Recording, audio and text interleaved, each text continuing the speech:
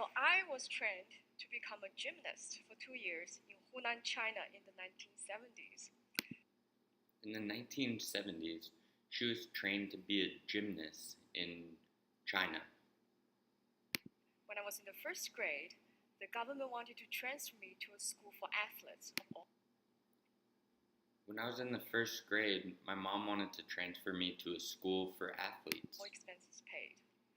and they would pay for all of my things. But my tiger mother said no. My But my mom said no. parents wanted me to become an engineer like them.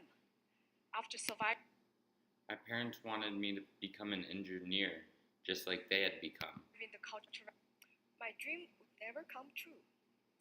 I was And this would not allow my dream to come true. afraid that for the rest of my life, some second-class happiness would be the best I could hope for.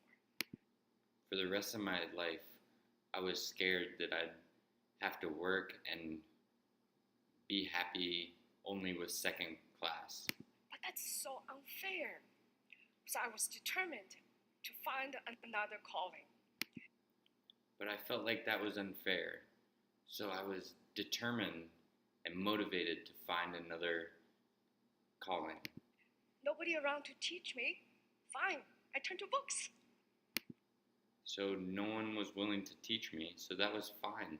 I decided to learn from books. I satisfied my hunger for parental advice from this book by a family of writers and musicians. So from the book Family of Writers and Musicians,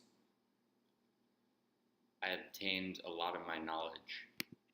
I found my role model of an independent woman when Confucius tradition requires obedience. And I learned I found my role model, who was an independent woman.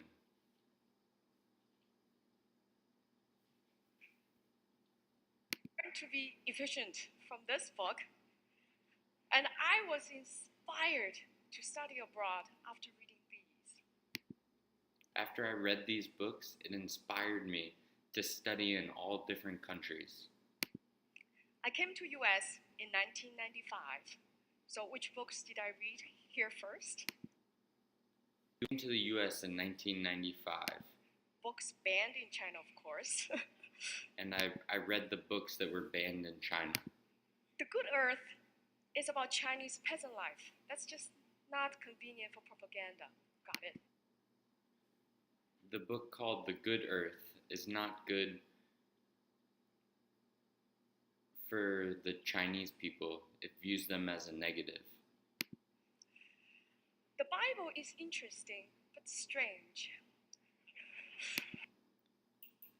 The Bible is an interesting book, but a strange book to me. That's a topic for a different day. But the fifth commandment gave me epiphany. Honor your father and the mother. Honor, I said. That's so different and better than obey. So it becomes my tool to climb out of this Confucius guilt trap and to restart my relationship with my parents. After understanding the Fifth Amendment, I learned that honor was something that must be valued, and I learned to honor my parents.